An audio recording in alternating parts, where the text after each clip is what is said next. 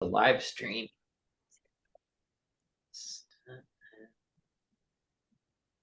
There we go. Okay. And now it's lost me.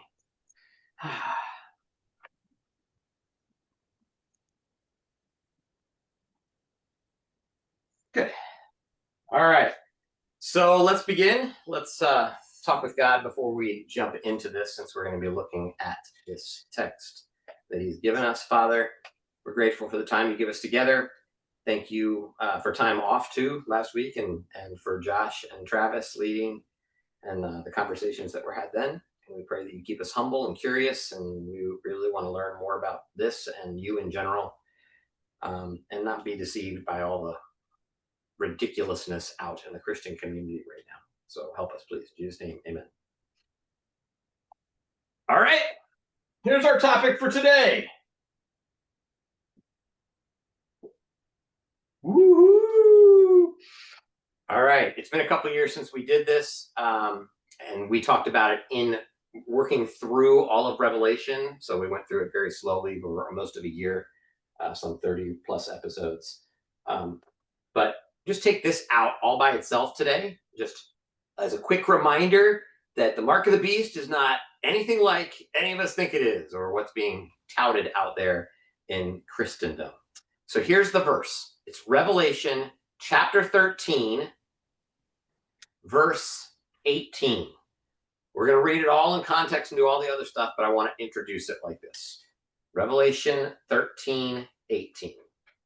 And it simply says this: this calls for wisdom.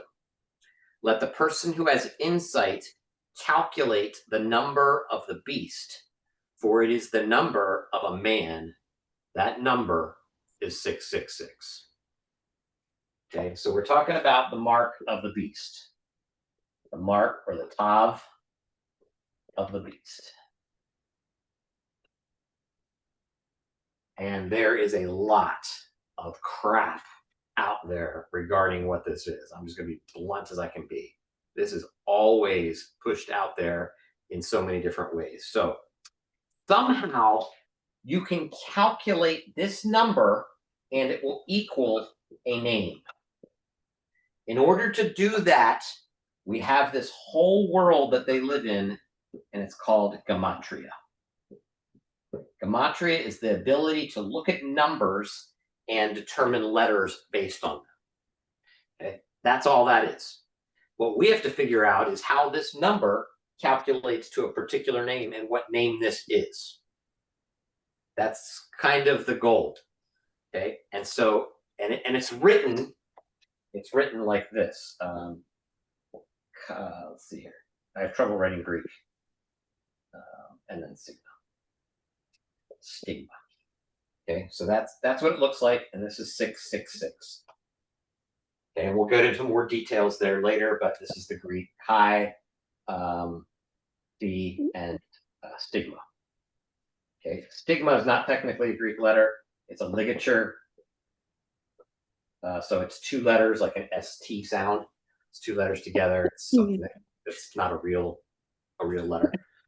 Anyway, okay, so this is where we're at. Okay, so here's how you do it.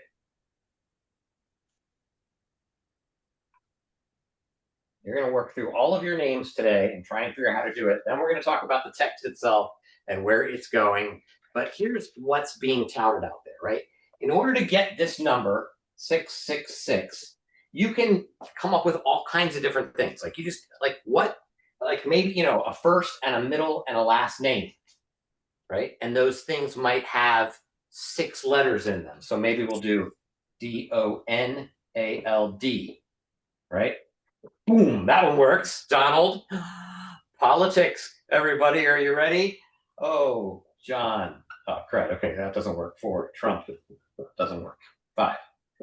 Okay, 5, 4, 6. Doesn't work. All right, so we all know, obviously, from that, Donald Trump is not the Antichrist, right? Very clearly, he's not. However, Ronald Wilson Reagan might work out, but anyway, he's not much of a concern to us anymore. So if he's the Antichrist, I guess that's over. Barack Hussein, that one doesn't work either, does it? Obama, right? Okay, you get the idea. So you can go that direction. You can just find names like I can't be it. JACE is not going to work. Maybe some of yours work. Debbie, but Ayers doesn't. Okay, so Fran doesn't. You can try and figure out if any of yours work. But none of those really work because that's not really the way the gematria works. Okay, but what we're hearing in modern culture is we get this, this barcode. Some of them are thicker, right? And the barcode is this mark of the beast, and you can get it on your forehead, you can get it on your hand, you can do all of those things.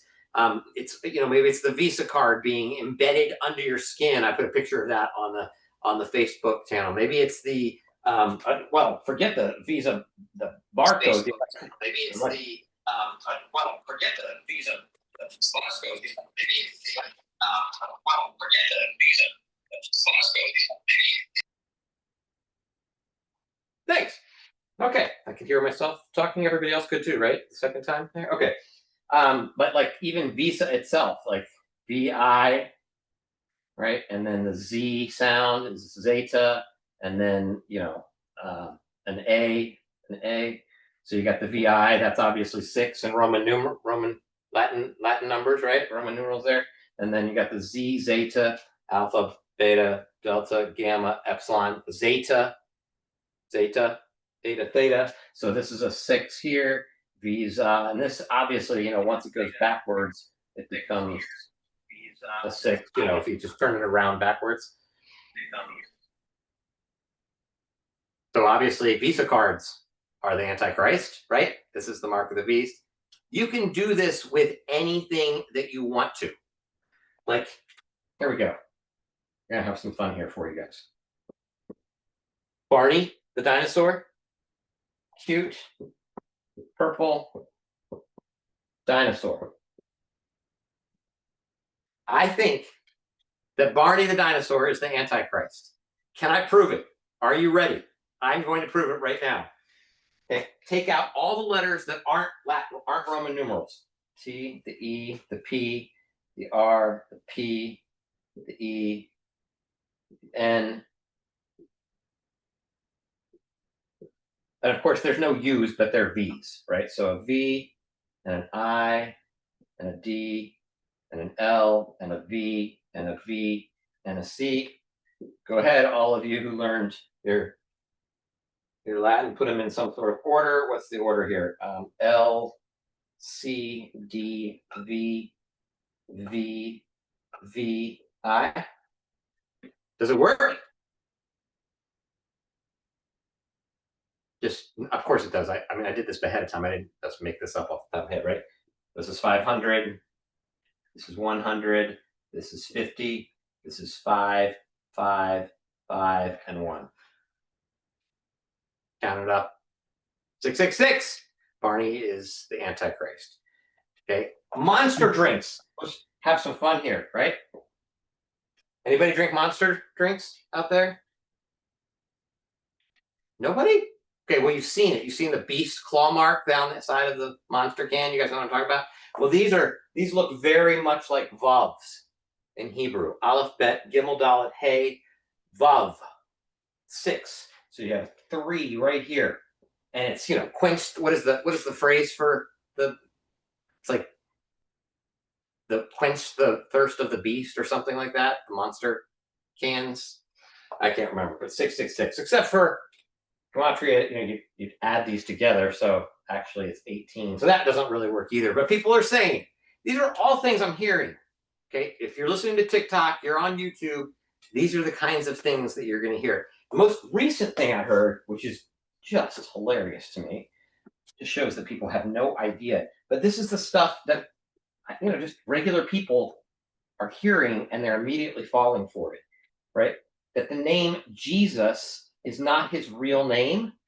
And so that's like an Americanized this is like an English version, and we shouldn't say Jesus.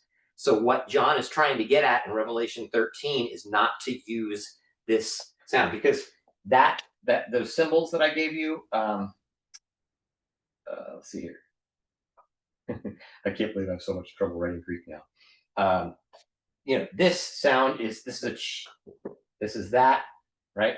And then you've got a z sound here, and then an S sound. So it's Jesus. Jesus. So you say Jesus. You're not supposed to say it. That's 666.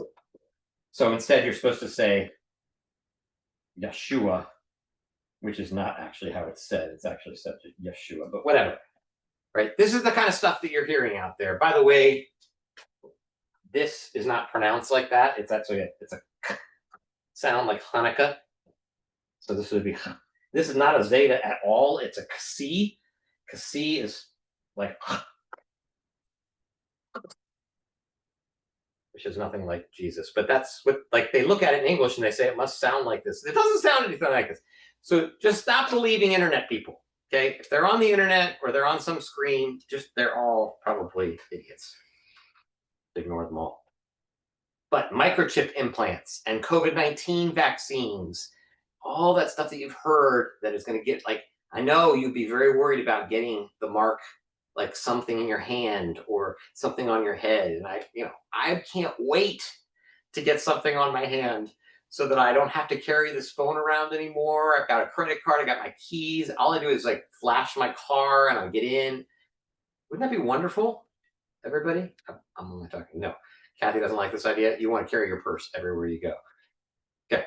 I would love to walk into a store and it just scans me, and if I walk out with something, it just removes it from my bank account. That just sounds so awesome. I mean, there'd probably be more problems than it's worth, but if it was perfected, I'm all in.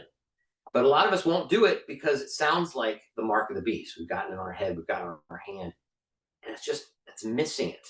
It's missing the whole point. So let's go back. Let's look at these texts a little bit, figure out what's going on. By the way, all of these things, this Antichrist, the 666 thing, always is connected to this guy, the Antichrist. Okay, the Antichrist. And I'm going to say this over and over again. I'm going to keep getting this through to everybody. There is no such character in all of the Bible. Okay, this is like, we just latch onto these ideas in popular Christian mythology, and we never look it up to see if there is something called the Antichrist. And there's not. It's nowhere in the Bible. I'm not even saying there's nowhere in Revelation. It's definitely not in the book of Revelation. Okay, but it's nowhere in all of Scripture, and yet we hold on to, like, what's going to happen when the Antichrist. What are you talking about? The Antichrist. What is this mythology that you come up with? This is all fiction that pastors have given you. Okay, there is the phrase Antichrist, but there are many Antichrists in the world, so John's letters say, not the Antichrist. And Revelation doesn't talk about it at all. The book that we think is talking about the future, which, by the way, in case you're new to this, it's not talking about the future. It's talking about their present time, not our future.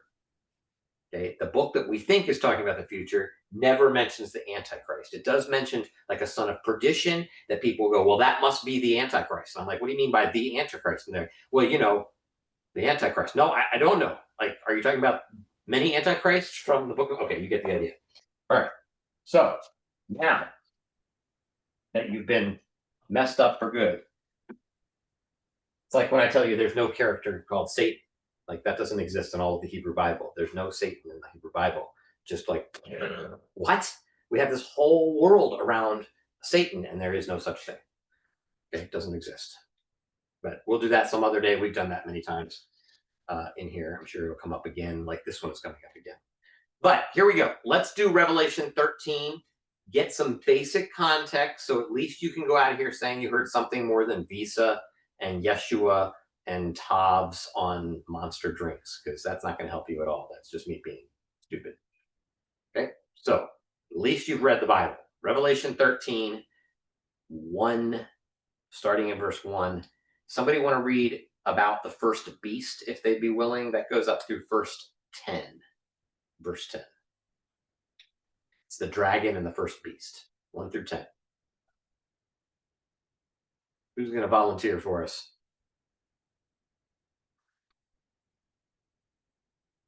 I gotcha. Thanks, Chris. 13, Verse 1. And I saw a beast rising out of the sea with 10 horns and 7 heads, with 10 diadems upon its horns, and a blasphemous name upon its heads. And the beast that I saw was like a leopard, its feet were like a bear's, and its mouth was like a lion's mouth. And to it the dragon gave his power and his throne and great authority. One of its heads seemed to have a mortal wound, but its mortal wound was healed, and the whole earth followed the beast with wonder. Men worshipped the dragon, for he had given his authority to the beast, and they worshipped the beast, saying, Who is like the beast, and who can fight against it? And the beast was given a mouth uttering haughty and blasphemous words, and it was allowed to exercise authority for 42 months.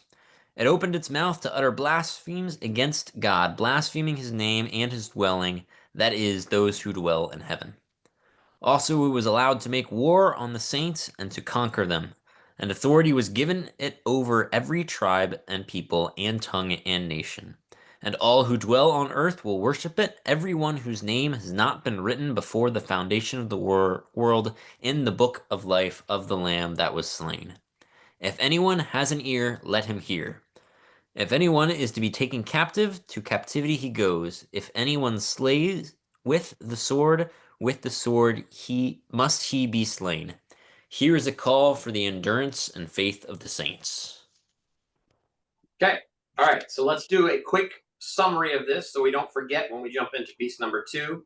There's a dragon on the shore of the sea, and we see a beast coming up out of the sea. What do we know about this beast? Well, he comes out of the sea. I guess maybe that's one thing. He's empowered by the dragon. I said that already, kind of too. Okay. Anything else? 7 heads, 10 horns, and 10 crowns. Okay. Good. All right. 7 heads, 10 crowns. One is 10. Yep. 7 heads, 10 crowns. One of the heads has a mortal wound. Yeah. So he's been killed. One of the heads has been killed. But it was healed. But it was healed. Right. Okay. So dead and come back. Blasphemous names on each head. Okay. Yep.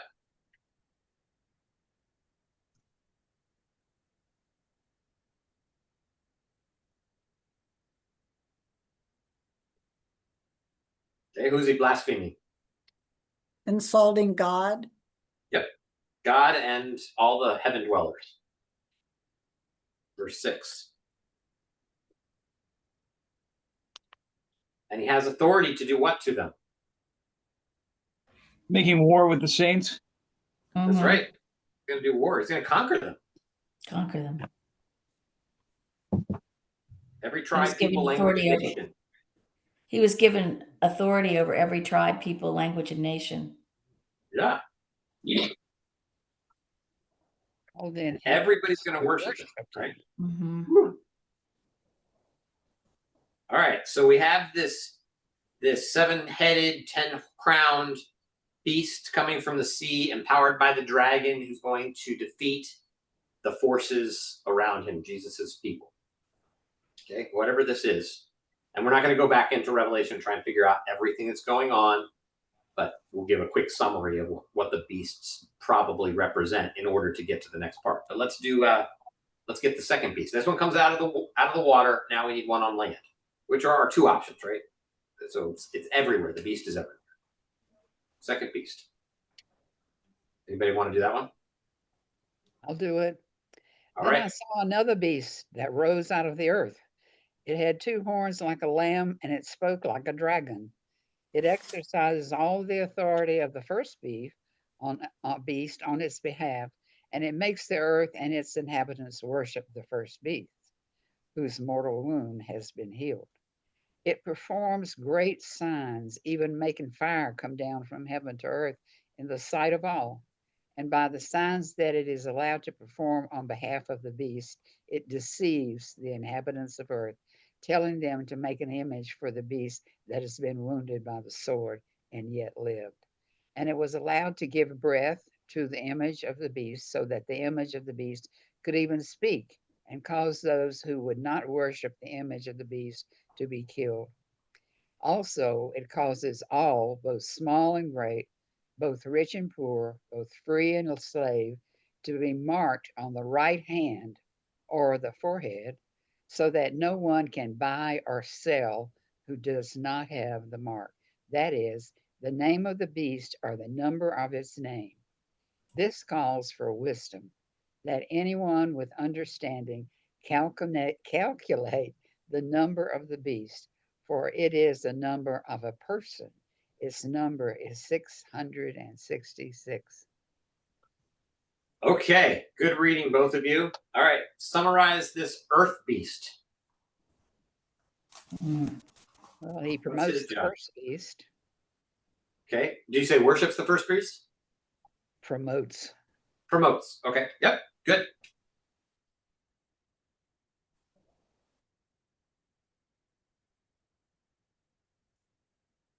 Has horns like a lamb, yet speaks like a dragon. Yeah, that's cool. Isn't it? Yep. I don't know what a dragon speaks like, but yeah, it sounds like a dragon. That's I a assume it's a word. magician, like a magician, Yeah. signs and stuff. Okay.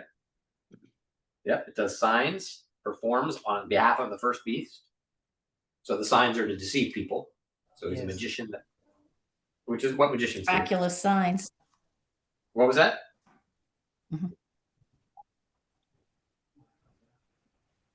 Tells them to make an image, an idol of the first beast. All right. So they make a graven image. We know that's not a cool thing. And the image gets to speak.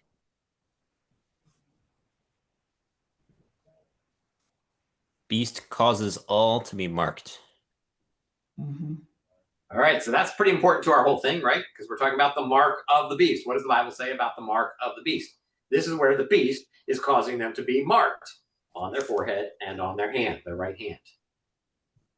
Okay, so that's pretty significant. Now, what's it for? Why do they have this mark? So they can buy and sell. They can't.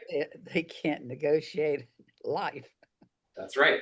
So they can note, because they have the mark, they're forces all people, great and small, rich and poor, free and slave, to receive a mark on their hands, so that they could not buy or sell unless they have the mark. So the mark is required in order for them to do normal economic transactions. Okay, so it makes sense that people will talk about the Visa card or a barcode or something like that, because it has something to do with economy, something to do with buying and selling, trade, like moving in that market. Okay, and the mark is the name of the beast or the number of its name, which is how we started all of this. And now it's saying this calls for wisdom. Like, this is not going to be easy. And that's what gematria is. Okay, it's a play. So it's kind of giving you a little wink.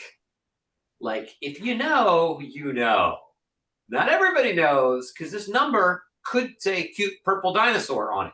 It could be Jace Richardson Broadhurst somehow, right? But if you know, you know. I mean, some names it can't be. It's just not possible. But you can make it work with several different names. And so scholars are fighting about, what is the actual name? What are we talking about here?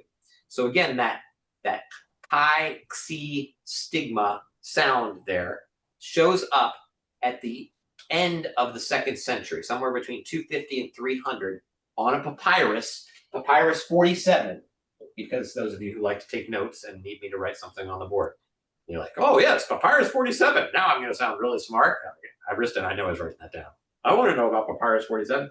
The next one is papyrus 115. By the way, this is how that's done. They just do a P in front of it. That's papyrus. Okay. Papyrus 115 is at least twice that old, right? We're talking about probably 5th century when we're reading about this. And this is an unseal. Again, only 3 of you care about this kind of thing, but an unseal is a text that's all written in capitals. Not going to be relevant, but just for the curious among you who like weird things like that, to remember those things. Okay, so Papyrus 115. This is where this shows up. Codex Ephraimi Rescriptus is where this is. So which is it? Okay, who is this person? Who is it? So here's what happens though. In P47, it's 666. In P115, It's 616. Hmm. So now we got two different numbers. Just to make things more complicated, what if I see 616 on somebody? Oh, well, that's okay. That's not the mark of the beast. You can get 616. Just don't get 666 written on your forehead. Nope, but there's another papyrus that says 616. So what is it? So scholars like all the way as old as Irenaeus. Okay, Irenaeus is 2nd century as well. Actually, this is 3rd century, but he's 2nd century. And he says it's 666 because at his time, the manuscripts that he had said 666. There was very little elsewhere. There were no other like things that there was some, but there weren't very many that said 616. And scholars today generally say 666. So pretty sure this is the original. But here's what's fun. It doesn't matter. Whether it's 666 or 616, it's referring to the same person. That there is a huge scholarly consensus on who this is. So if you're trying to make it say Donald Trump, Ronald Wilson Reagan, right? You're trying to figure out who the next Antichrist is. Maybe it's 20 years from now. You don't know, but he's being born right now, something like that. You're trying to make all that work. You are misunderstanding the entire way that apocalyptic literature is written. It is not talking about your future. This is somebody we all know who was around during their time, and scholars are not that divided about it. You know who's divided about it? Morons on TV trying to make money. Okay, they're the ones who are giving you other ideas to this. There is some scholarly differentiation, right? But it's minuscule. Pretty much everybody knows this refers to Nero. That's it. Nero. Nero. Nero. That's who 666 is? Yes. Is that what you said? Okay. Yep. So whether and how you spell And this 616. Yeah. and 616, right? Both of them. So it's 666 if it's in Greek. It's 616 if it's in Latin. Okay, and it's Nero or Neron and Caesar. So if you put these together, you're going to come up with 666 or 616, depending on your language. That's what gematria is. Okay, so letters equal numbers. Alpha, beta, delta, gamma.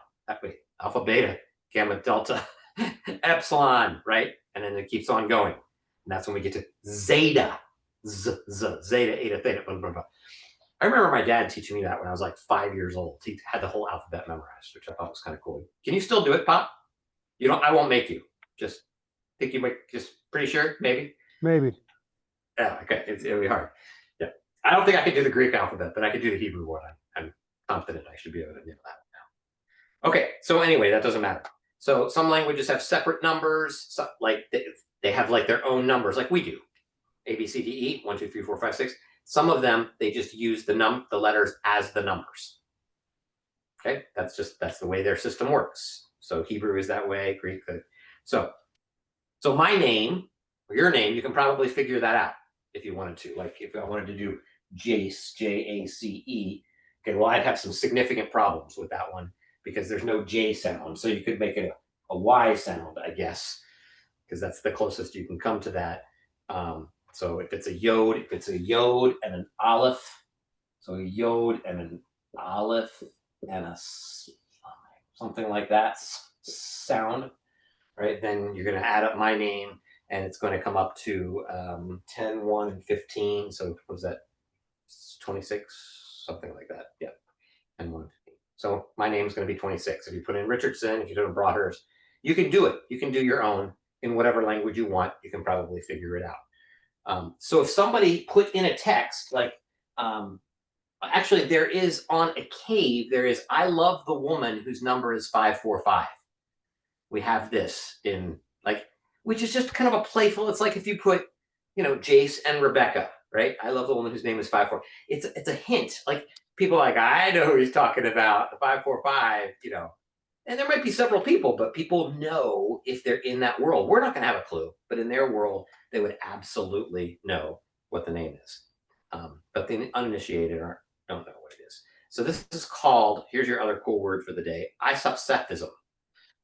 Isopsephism. Oh, because I didn't want to get up. Now you can't read it. Isopsephism, which is just establishing a connection between a word and a number. So there's a very famous example of this in First Baruch. I'm pretty sure it's First Baruch. It might be Second Baruch. But in this book, I have too much stuff on here.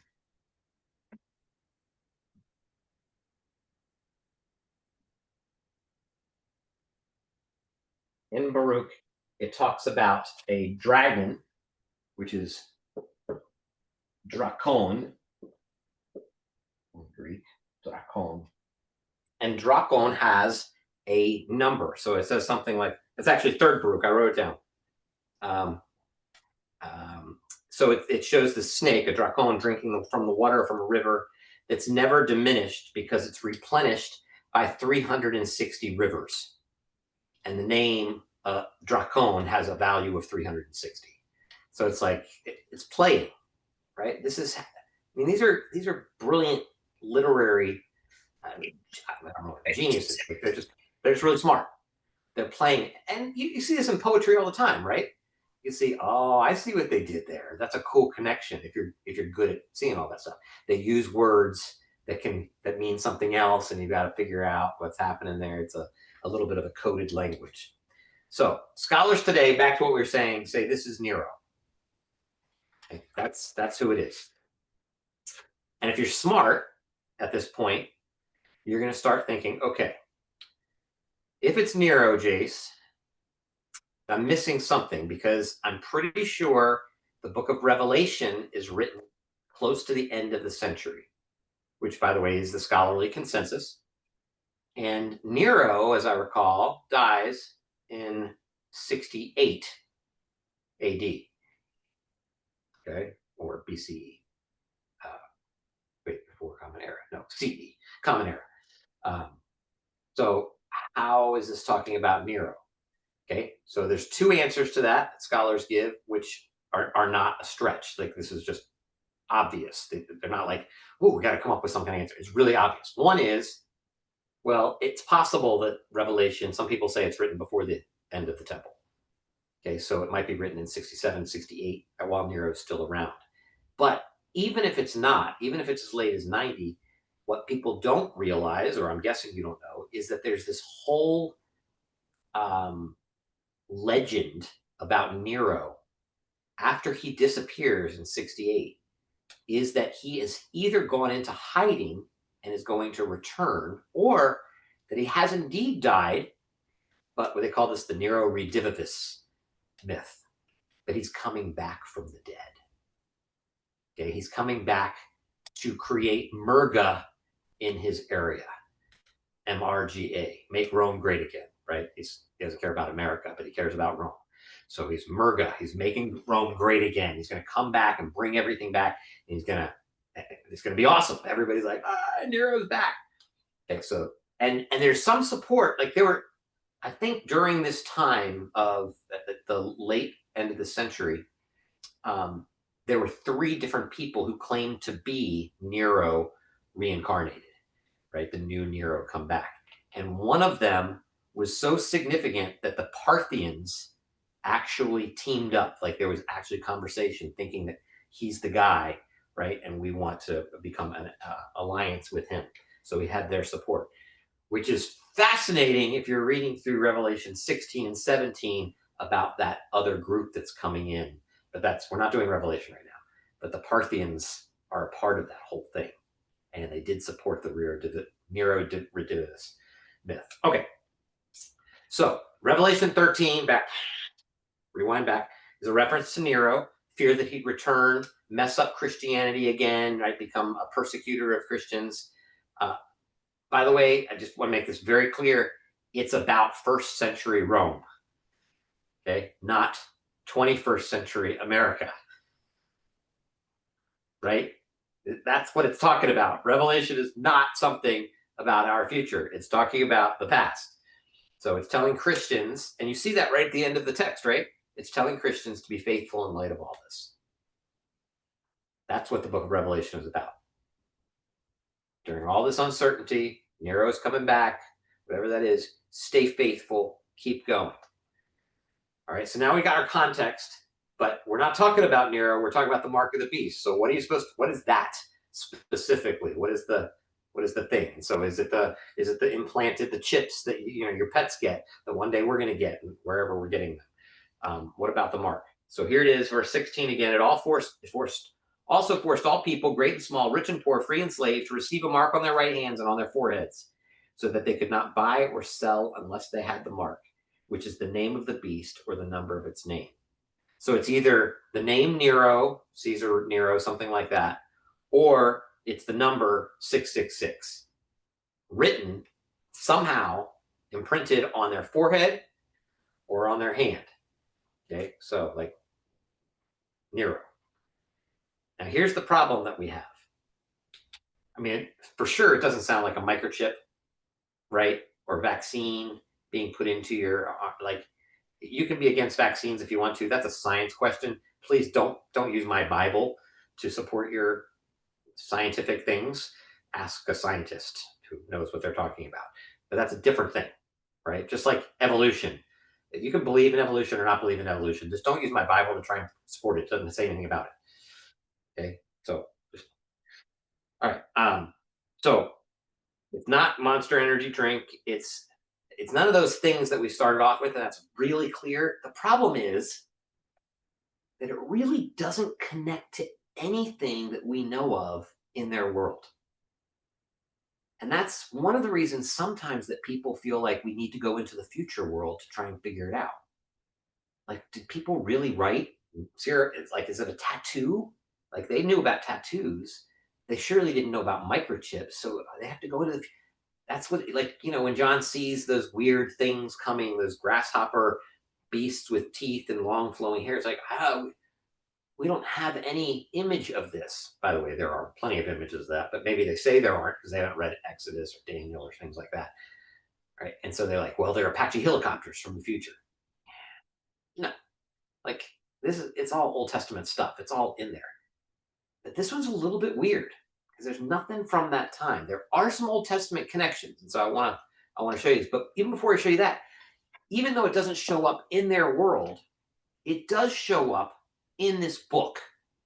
So the idea of a mark is not unique to this little tiny piece. And so I just want to show you where it shows up. By the way, if you're hoping that at the end I will give you a definitive answer as to what this thing is that's going across your forehead, you are going to miss the whole point of how apocalyptic literature works. Okay? It's not designed to do that. Just like there's not an actual beast coming up out of the water, or another beast that's standing there making an idol, or gets killed and then comes back to life. These are images. They're pictures. We all know images. You just think for some reason you can't have them in the Bible, even though you actually know they're in the Bible. It's like, but we've just been taught for so long, well, this has to be something for the future. It just doesn't have to work that way. Okay, so we'll at least narrow down what's going on in the book, even though we're not going to figure out what it is. I probably shouldn't have told you that. Now you're going to sign out real quick. Like, you didn't know, then that's what I was here for. Yeah. Okay. Well, So to keep you signed in, I can show you one that would have been on their hand maybe at the end.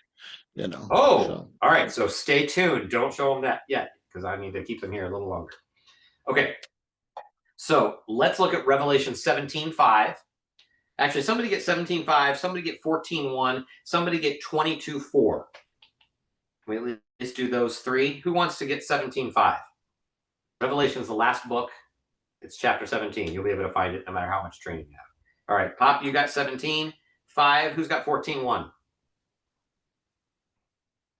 You don't have to find it first. Okay, Brad's got 14:1 and 22:4. Who's got 22:4? All right, Kathy's got 22:4. I've got two more, so you guys be ready to raise your hand quickly to take it from somebody else. But let's read 17:5, please. This is the great whore. I can say it here because it's right there in the Bible. I can't say it at my church. They told me I can't. And upon her forehead a name was written, a mystery, Babylon the Great, the mother of harlots and of the abominations of the earth. All right, so where's the name written? Babylon. That is the name. Yeah, where is it written? Sorry. It's on her On her forehead. forehead. On her forehead. And what's written on her forehead is Babylon the Great, the mother of prostitutes and of the abominations of the earth. That's a lot of stuff to write on a forehead. Okay. And I doubt seriously there's some chick walking around Rome with Babylon the Great, mother of prostitutes, of abominations of the earth. It's a symbol, right? There are dragons in this book. There are no such thing as dragons. I just need to make that very clear. There's no such thing. Even then, there were no such thing as dragons. These are symbols. It's apocalyptic language. All right, 14:1. 14:1. Then I looked, and there before me was the Lamb, standing on Mount Zion, and with him 144,000 who had his name and his father's name written on their foreheads.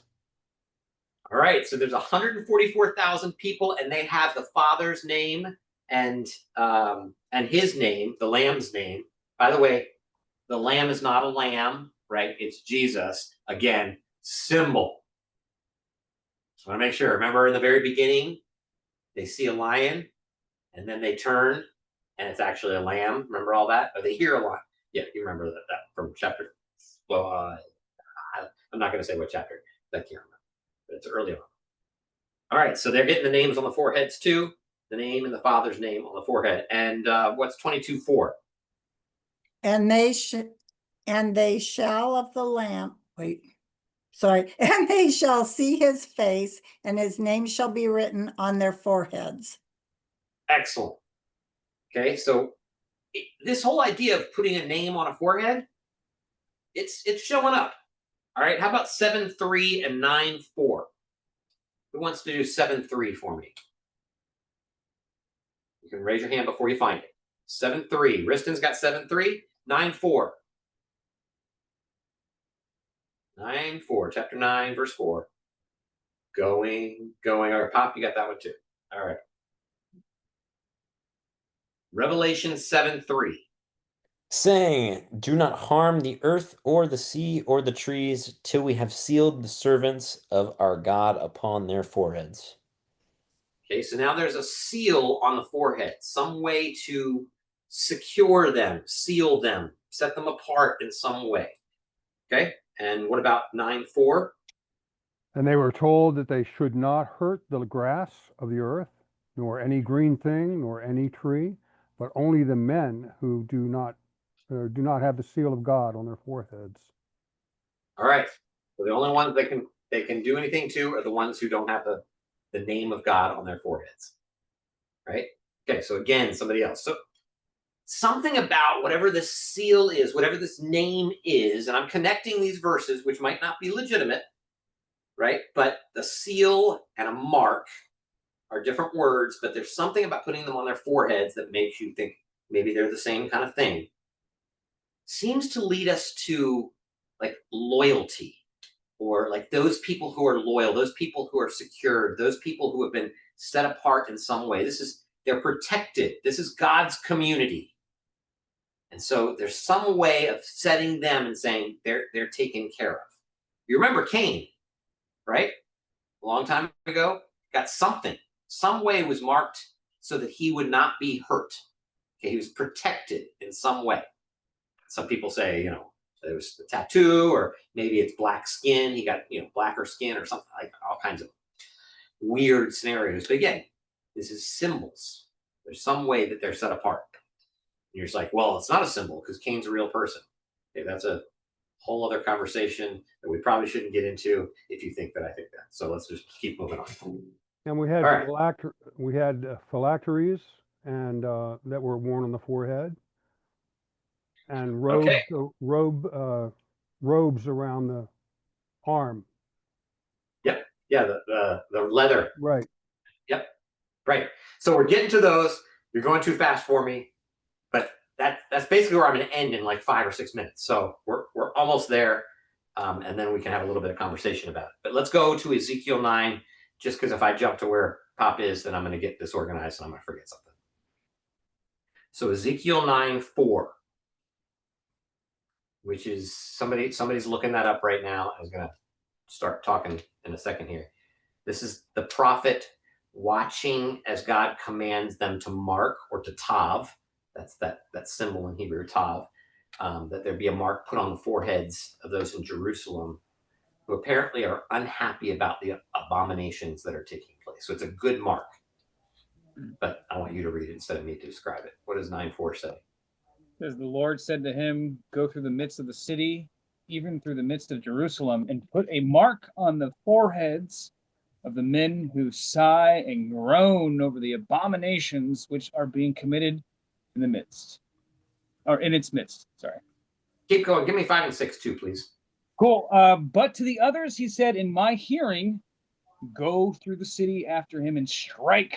Do not let your eye have pity, and do not spare. Utterly slay old men, young men, maidens, little children, and women, but do not touch any man on whom is the mark, and you shall start from my sanctuary. So they started with the elders who were before the temple. Okay. So all of this seems to imply, again, this community protection, these people that he's set apart in some way. And it grabs hold of the idea layer in front of the temple, this priesthood idea. The headdress maybe is pulling into that, names that'll be on the headdresses, but we're not sure about that. So those marks are put on those people who belong to God, those who are the committed, those who are protected, who are secure, somehow safe from all the atrocities out there.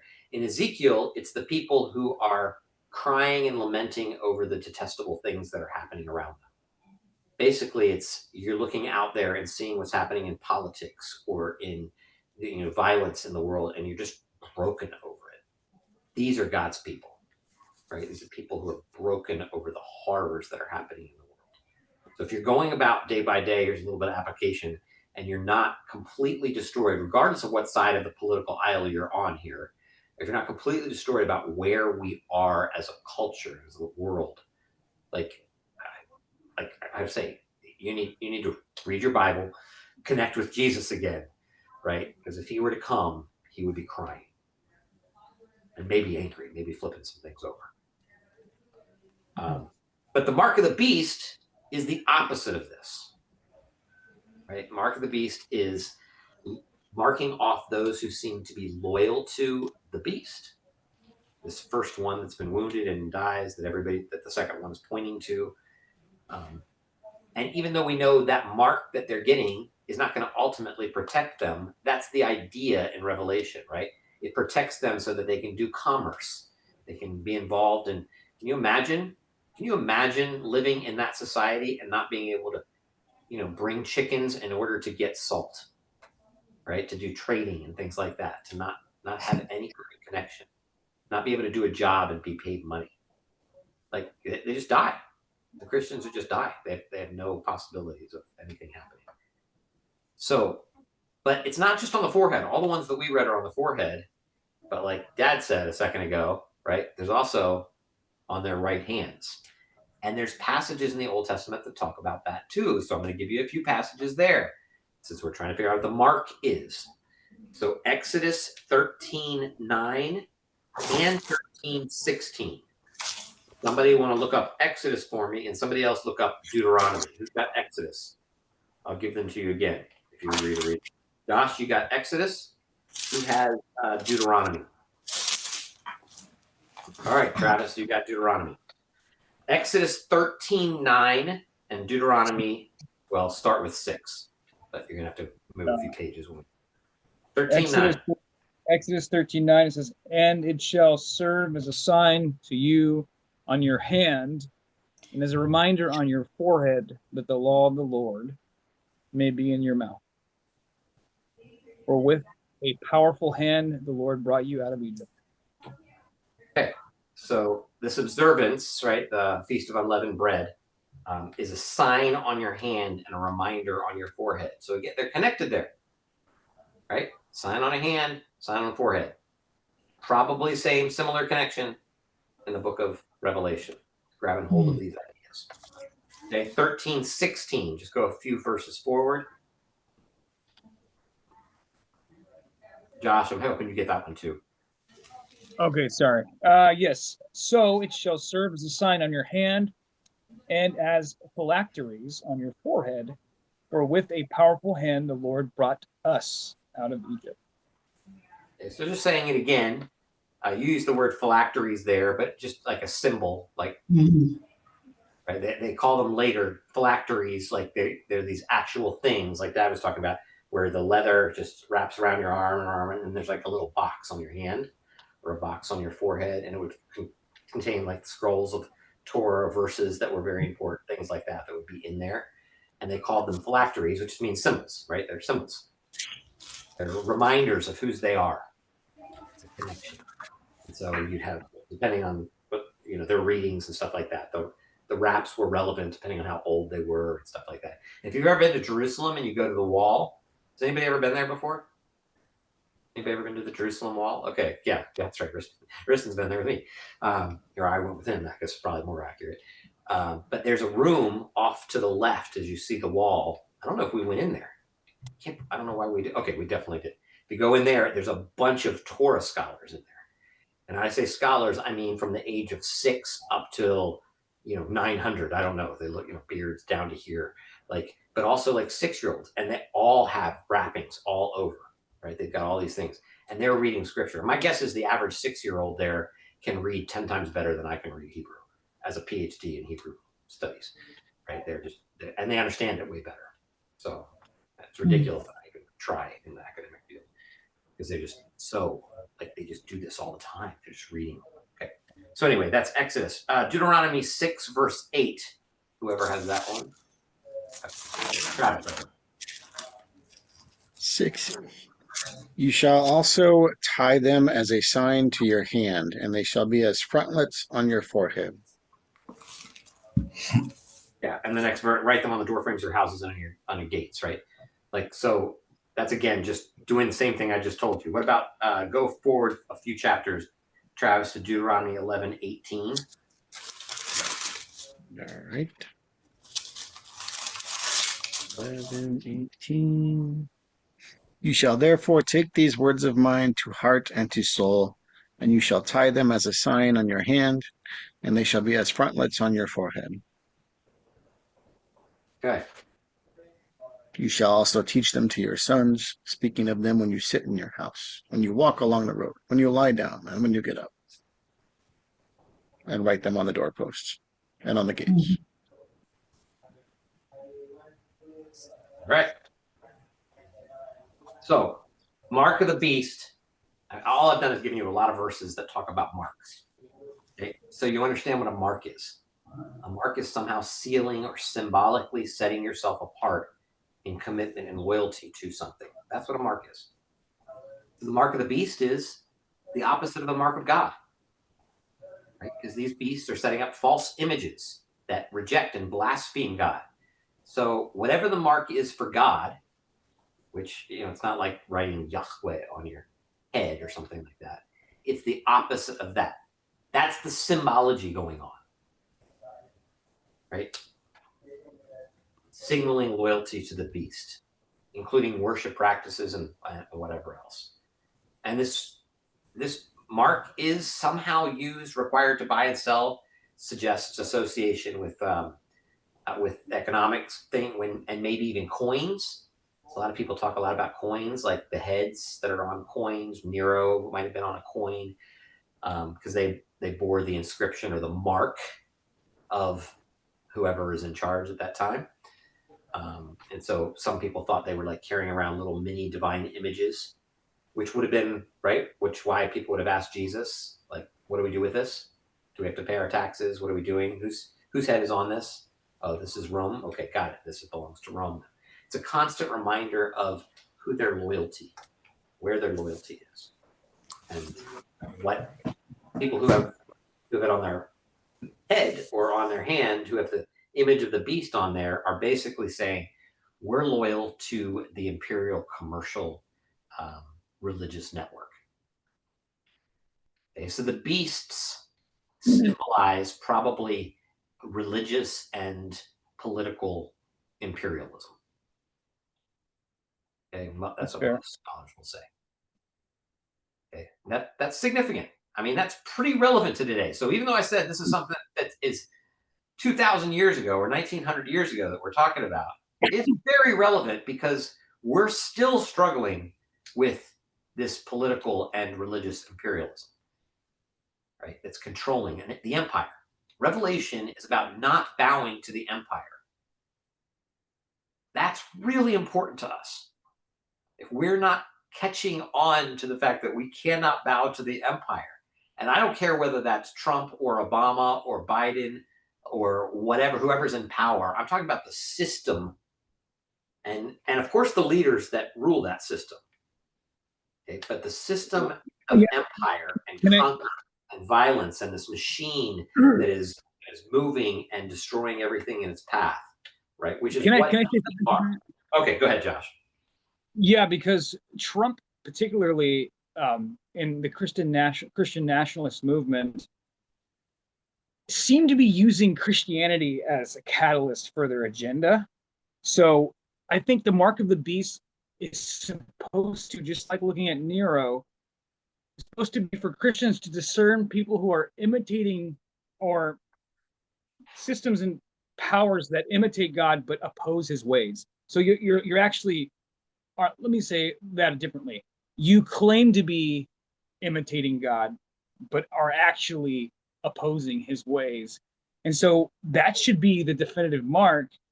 And so it's not that Obama or Biden or Bush or whoever was in power before was part of the empire, the American empire, but it's that particular systems seem to be using Christianity to push their agenda.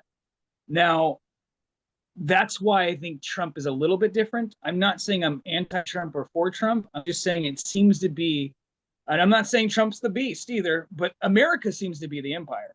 And it seems to be the part of America that's imitating God, but pushing this other agenda that's opposing his ways seem to be collectively the beast. Yeah, I think that's pretty fair. I would say it's the empire in general, not just the empire that uses Jesus's wrapping. But okay, yeah, but that's worse to me. Like that's going even further. Is now we're starting to bear the name, right? Don't take the Lord's name in vain.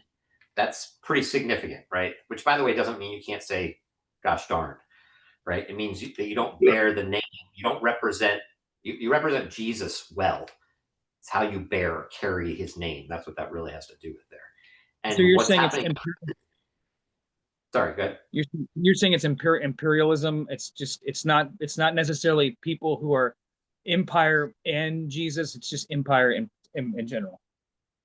Well, I think there's two beasts. So religion is part of that, okay, right? And I think the political empire and the religious empire, and how those things work together, is the big horror. One is leading, pointing to the other one constantly. So yeah, but I'm with you, and I was trying to say yes to what you were saying. Christian nationalism, and by the way, all the presidents that I can remember have used things in Christian national, like that have just made me, like a city on a hill. We always talk about the church as America as being city on the hill. Okay, that's grabbing hold of Christian language and putting it on America. That's abominable, right? America is not Christian. It's just not. It can't be. Okay, because countries aren't Christian or not Christian. You just got to stop doing that. So yes, anytime I see the cross and a flag draped over the cross, I just that is what Revelation is warning you against. Don't mix these things. So I'm 100% what you're saying, Josh. Go ahead, Brad. But we added "in God we trust" to our money, so yeah. I mean, we're trying to do it for all the right reasons, right? Like, let's put it on our coins, let's put it on our commandments, on our temples, on our our courthouses. Go ahead, Travis. You guys, Brad and Travis have thought a lot about this stuff. The rest of you guys probably have too. Well, I was just going to say having that on our money is better than the one that was in the hand of the people at the day, which was the money. To the spoiler alert that you talked about, like on the Roman coin, it says Caesar is Lord. Not in God we trust, but in Caesar you should trust. So Right. in God we trust is actually a significant improvement to like put your faith in Caesar, which is what's printed on the Roman coin. Don't put your faith in the US government, put your faith in God. Right. But Caesar was an imposter god, right? So that was the whole idea, is that you worship these Caesars. And Caesar was, at least from Octavius forward, was divine, somewhat divine. So yeah, Julius Caesar, Octavius, right in that area, they started taking on divine status. Octavius put it on Julius Caesar. But So there's the one that was in their hand, was the coin with Domitian that talks about Domitian as divine in Latin. Domitian, yes. But that whole Caesar is Lord kind of thing, remember, this is why the New Testament so often says things like Jesus is Lord. It's fighting something, right? Even the birth narratives of Jesus look very much like the birth narratives of Caesar's, where there's cosmic movements. Stars are moving and aligning in different ways. The sun gets blotted out, right? Like this means cataclysm for good or for bad. Like it's like something's shifting in the cosmos because these gods are coming to earth in the form of Caesar. And so the Gospels grab hold of those things and use them to explain Jesus as well. That's a little free part of the Gospels. We're not there, but jump back to the nationalist stuff if you want, because I think that's very applicable about Revelation. Yeah, and I don't want to say it's just happening now. It's, I think, before I was born. I mean, I was born in '84, which dates me. I'm still young, but I know different administrations clinged on to the evangelical movement, and just like we talked about abortion, they died on these hills, and they came up against what seemed to be the counterculture movement in the 60s, and what was a response to the rigid 50s and post-war boom. And so you have America clinging on to what they thought was great, when we really, it wasn't. If you look at it, it was the heyday. The 50s was like the heyday of America, so to speak. It was, in a sense, great, but we were fraught with so many problems, so many issues. So we have, I think, and forgive me for saying this, I'm a white male, okay? I think you have old white American tradition that people are just clinging on to for dear life, and it happens to be predominantly evangelical. And I actually live and work in these arenas, so I have to be careful what I say, because I don't want to disrespect and lose my witness to them either, because I love them. And I actually, for the last 7 years, was around these people to see how genuine their faith is, how loving these people are, how good of Christians they are. But yet it seems to be this movement of evangelical Christians who are like, we want our morals back, we want our country back, we want the things are changing and we don't want it to change, and so we need to cling on for dear life. And they'll grab anybody who comes and says, I'll give you what you want, you got it, you want this, it's yours. And so good politicians they use that stuff. And Trump, for that matter, I mean, he's saying, yeah, you want America to be great again, so do I, vote for me, I got you. I'm Christian too, vote for me even more so. If we look at our and I'll end with this, if we look at our country, Christian, the religion Christianity is, Islam is becoming a big deal in America, and so is in Kern County, Sikhism, or Sikhs are really popular. We're not a minority by any means, but it's not the only religion in America.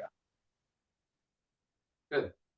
As you were talking, I wanted to add some book things, because last time I talked about some books, some of you wrote me and said, I'm reading this book, it's incredible. So specifically speaking of evangelicalism and their rise to power in the 50s and 60s, and really in the 70s, you definitely, if you care about the history of all that stuff, read Dumais on that. Dumez. Dumais. She wrote a book called Jesus and John Wayne. Definitely need to read that. It's super fun, especially for those of you who grew up in the same world that I grew up in. This apocalyptic kind of world, this evangelical moral. I went to church. I went to school, and we had to wear a navy blue tie that had American flags on it. Church, my Christian school, right? This is just the way that we were. And then there's another one that's more recent by Alberta. I can't remember his first name, but it's called The Kingdom, the Power, and the Glory, I think. Tim Alberta, yep. Yeah, okay. Read that one. Those are both history on that particular subject. There's a lot of good books on Christian nationalism. If you want to read on Revelation and how that whole thing is connected, I would say probably Michael Gorman. He's at Catholic University in Maryland, interestingly. Somebody got some connections to Maryland. Okay, that's it. That was good points, Josh. So thank you. I like to throw out those books because some people actually read them. Tell me about it. Any other thoughts? This is not meant to be a trashing what's currently happening. That's for a different channel. I might do that as well, but I'm not doing that here. If you dig harder, you can find them from Democrats too. Like Eric Adams, mayor of New York City, quote said, "When I walk with God. When I talk with God," and went on from there. So there are Democrats that like use very explicit language too, and there's Democrats like Joe Biden who said like, if God told me to get out of the race, I would get out of the race. Where he doesn't say that God's telling me to stay in the race, but he's implying that like he is, because he's saying if he told me to get out, then he would get out. So he's implying it, but he's not saying it. And we all do that in normal culture. I mean, that's not that strange, but I just want us to be aware of it and keep track of it and say, okay, is this legit? What they're saying? Are they keep using these Bible verses to help themselves or to continue the power? I think that, I mean, this is one of my big concerns, right? Is when we started this, I talked about if we just get a hold of the book. Remember that? If we just get a hold of the book, we can control them. We got to find the book from the book of Eli, right? So that's what it's about. If we just use the Bible, we can control people. We can weaponize this. And you can hear it. You can hear the conversation. Like, listen to politicians talk. Politicians are who are on the news, right? But you can listen to actors talk. They do the same thing, right? We weaponize these things and use them to keep control. It happens in our own communities. Pastors do this all the time. Okay, I'm sure that I do it. I got to really watch that kind of stuff where I'm trying to create a community, and so I create these people over here, right? And so, like, I've set these people off. Oh, we've got the mark. They've got the mark of the beast. Like that just comes, and it's them. It's always us versus them, because that's how you assert control, and that's how you build empires. You tell people that those Democrats or those Republicans are evil. And then I think the bigger message I from want to give Revelation that, like, to me, like, whether it's applicable now under whatever the administration is or ones from before, like knowing that it's about Nero, which seems pretty obvious with the 666 and 616, with the difference there being Nero versus Neron, and the N is 50. That's why it goes from 616 to 666 is the extra N. Is like the message seems clear. Like early Christians don't go to the worship, the cult of the empire. Don't, like, if you need to give up money and give up influence, that's what you're supposed to do. Like, stay Christian. Don't sacrifice your values. So no matter what administration it is, like, I think the message applies regardless, right? Yeah, I think I'm an evangelical. I wouldn't call myself someone who proselytizes, but I definitely, I mean, I'm witnessing wherever I go. I cannot stop talking about Jesus. And so I love bringing people and introducing them to the faith. It says here there's 62% of the population in America is Christian, 29% is agnostic, atheist, or nothing in particular. And the rest is like 1.7 Judaism, 1.2 Islam. So it's like this large percentage of people that's growing are leaving the faith and believing in something, but not necessarily Jesus, because they're seeing people's witness. And this is from this is my experience. There's no statistics in this. They're seeing Christians and they're cringing. They're like, they're not, those Christians apparently aren't reading the same Bible that you just talked about, Travi, where it's like, yeah, we're supposed to give up power. We're supposed to give power away. We're not supposed to be power hungry. It's the opposite. And so there's an opportunity, and I try to be a bridge, and I grew up the last 7.5 years of my life, like I was saying, around conservative, wealthy white Christians who are amazing people. And so the thing is I think there's a sense of fear, and I hate to use race, but it's what I'm experiencing, a fear of something different and new. And so I think that's what Tuesday School brings. It's introducing people to a different way of thinking about the Bible. I think that's what the Bible for Normal people bring. I think that what people are hungry for. But I think there's this fear of transitioning into this, may I say, new kind of Christianity where it actually looks like Jesus. And so, anyways, I'm done. I'm sorry. Too much. All right, that's a good spot for us to stop, and a good reminder. Thank you, Josh, for saying that. By the way, the stuff that I do and that like Pete and Jared do on the Bible for Normal people and stuff like that, we're not so much giving you a new way of understanding the Bible as we are just telling you something that's different than what you've been hearing for the last 50 years, right? So it might be new to you in this small little American evangelical bubble, but it's not that new. Like this is just basic scholarship that people have been talking about for a long time. And so, I mean, consensuses are never solid forever, but we do care about them. They're important. But anyway, so next week, this is what we're doing. So I want you guys to go online and sign up, please, and hang out with me here. This is the Bible for Normal people, and go to Jared Bias's class.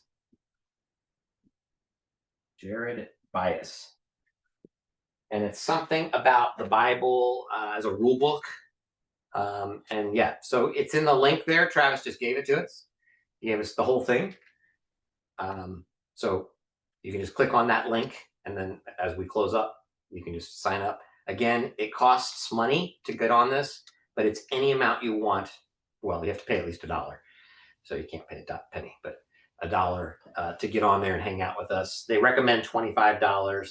I think I put $10 in because it felt worthy. And I talked to Jared about this. So he and I talked, and I said, look, what are they going to get out of this? I'm most interested in the end part, your end results. He's like, yeah.